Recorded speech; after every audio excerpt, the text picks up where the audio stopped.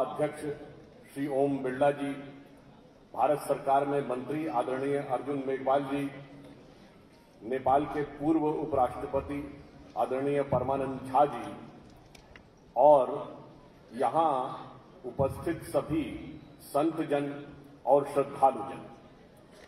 सर्वप्रथम जब संतों के मध्य में हो तो श्रवण करने का औचित्य है, वाचन करने का औचित्य नहीं माना जाता है, परंतु फिर भी आदेश हुआ है तो यह निवेदन करता हूं कि जो तुलसीदास जी ने लिखा है कि मुद मंगलमय संत समाजू जो जन जंगम तीरथ राजू, अर्थात संत समाज मन को आनंद देने वाला कल्याणकारी और साक्षात तीर्थ होता है, तो उनके सानिध्य में पाकर अपने को कृतकृत्य महसूस करता हूं। और तीर्थ जो साक्षात तीर्थ माने जाते हैं संत, इसीलिए जैन धर्म में तीर्थंकर की अवधारणा जो आपने सुनी होगी वो इसीलिए है कि वो साक्षात जीवंत चैतन्य तीर्थ के रूप में होते हैं। मैं बहुत समय न लेते हुए सिर्फ एक अपना अनुभव बताना चाहूंगा कि जैन धर्म जिन व्यवस्थाओं को आगे बढ़ाता है उनका प्रभाव कितना व्यापक है। जैसे उदाहरण के लिए अंग्रेजी में एक शब्द होता है शमन, SHAMAN, जिसका अर्थ होता है कोई भी व्यक्ति जो रिलीजियस यानी कि साधु संत प्रकृति है।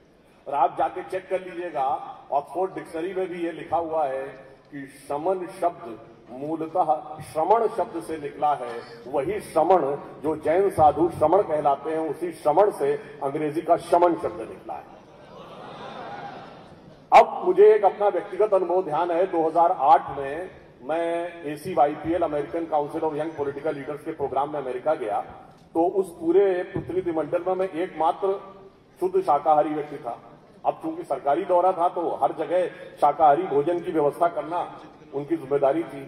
तो न्यूयॉर्क, वॉशिंगटन जैसी जगहों पे तो कोई समस्या नहीं होती। हम लोग ओहायो स्टेट के इंटीरियर में गए तो वहां पर जो वहां की स्थानीय विधानसभा होती है, वो स्थानीय सेनेट के वहां जैसे अपने यहाँ नेता मुख्यमंत्री होता, नेता प्रतिपक्ष होता, वहां राज्यपाल सिस्टम है। तो मेजॉरिटी लीडर और माइनॉरिटी लीडर कहते थे, तो मेजॉरिटी लीडर हम लोगों के वो थे होस्ट। उनको बढ़िया सुविधा हो रही थी। इन्होंने मुझसे पूछा कि यू आर प्योर वेजिटेरियन? मैंने कहा यस। तो कहते हैं आर यू जैन? अब देखिए कितनी दूर तक यह प्रचारित है कि प्योर वेजिटेरियन का मतलब जैन। फिर वो कहते हैं you are vegetarian because of the cultural reason? मैंने कहा no, also because of the scientific reason. तो कहता व्हाट इज साइंटिफिक रीजन? तो मैंने उनसे कहा what is the difference between plant and animal, यानी जंतु और वनस्पति में अंतर क्या है?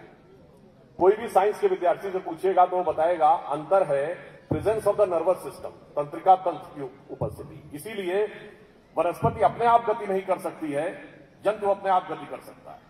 तो जब आप किसी जंतु को लेते हैं तो उसके साथ साथ उसके तंत्रिका तंत्र का भी जो अमीनो एसिड है वो भी आपके अंदर जाता है। और जब वो अमीनो एसिड वही है जो डीएनए के अंदर पाया जाता है।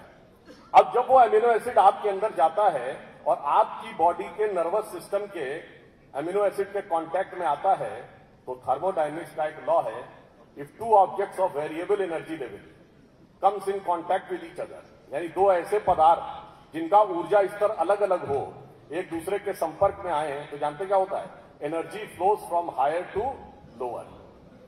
तो ऊंचे स्तर से नीचे स्तर की तरफ जाती है। बताइए आपकी चेतना का स्तर ऊंचा है या जानवर की चेतना का स्तर ऊंचा है? तो मानी हुई बात है, जैसे ही आप मांसाहार ग्रहण करते हैं चेतना का डिटोरिएशन, डिसिपेशन शुरू हो जाता है। मैंने कहा यह साइंटिफिक रीजन है जिसकी वजह से मांसाहार करना उचित नहीं समझता।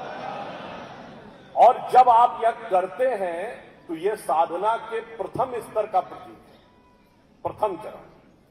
तो वहीं से आत्म संयम की उस मुकाम तक पहुंचते हैं जहां पर शतावधानी व्यक्ति बनता है, यानी 100 प्रश्न एक साथ पूछे जाते हैं और उसी सीक्वेंस में उत्तर देते हैं। अभी 2015 में और 2018 में बेंगलोर में एक जैन युवा सन्यासी थे, फिर महाशतावधानी 200 प्रश्नों का एक ही सीक्वेंस में उत्तर।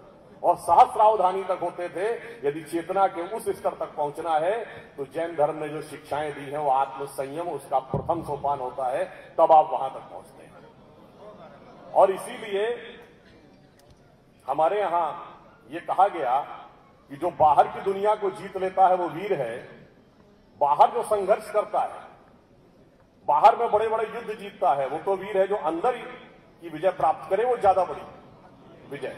इसीलिए एक बिंदु ये भी कहना चाहूंगा, आपने दुनिया के तमाम देश सुने होंगे, सब जगह क्रांतियां सुनी होंगी। रूस की क्रांति, चीन की क्रांति, ब्रिटेन की क्रांति, अमेरिका की क्रांति, मगर भारत दुनिया का एकमात्र बड़ा देश है जहां क्रांति नहीं सुनी होगी। क्यों? इसलिए यहां लड़ाई बाहर के लिए नहीं, अंदर के लिए होती है। और जब आप अपनी अंदर की चेतना को अधोगामी से ऊर्ध्वगामी करते हैं तो क्या होती है? संक्रांति। इसलिए भारत में क्रांति नहीं होती है, भारत में संक्रांति होती है। तो मैं सिर्फ अंत में यह कहना चाहता हूं कि जितने भी प्रकार के हमारे जैन धर्म के सिद्धांत हैं, ये इस तरीके से हैं जैसे कोई प्राइमरी स्कूल का बालक अगर ये सोचे कि मैं यूनिवर्सिटी और पीएचडी लेवल के चीजों का विश्लेषण कर लूं, तो जो लोग अपनी नॉर्मल सांसारिक बुद्धि से इसका अध्ययन करने का प्रयास करते हैं वो उसी प्रकार की गलती करते हैं जैसे दूसरा चौथा पास व्यक्ति पीएचडी डिग्री वाले की स्टडी करना चाह रहा हूं। इसलिए अंत में मैं सिर्फ यह भी बताना चाहता हूं कि आपके यहां ज्ञान के स्वरूप का कैटेगराइजेशन कैसा है। जो नवकार मंत्र है उसमें सबसे पहले क्या कहते हैं? नमो अरिहंतारम, सभी अरिहंतों को नमस्कार। फिर नेक्स्ट है नमो सिद्धारम, फिर कौन? जो सिद्ध पुरुष है। फिर नमो अय्यर्याणम, यानी आचार्य लोग। आचार्य कौन है? जिसने सब अनुभूत कर लिया हो और बताने की क्षमता भी रखता हो। फिर है नमो अवौझाण, अवौझाण मतलब उपाध्याय, इनको सारा ज्ञान हो गया हो। यह अवौझा शब्द जो है इसी से ओझा शब्द और झा शब्द बनाया जो ब्राह्मणों के सरनेम होते हैं। और अंत में है नमो सव्व साहूराम, यानी फिर सभी साधुओं को नमस्कार। तो आप देखिए कितना एक क्लियर कट स्ट्रैटिफिकेशन है जिस ज्ञान के स्तरों का कि पहले अरिहंत, फिर सिद्ध, फिर आचार्य, फिर उपाध्याय और फिर समस्त साधु। तो अंत में सभी साधुओं को नमन करते हुए अपना निवेदन समाप्त करते हैं।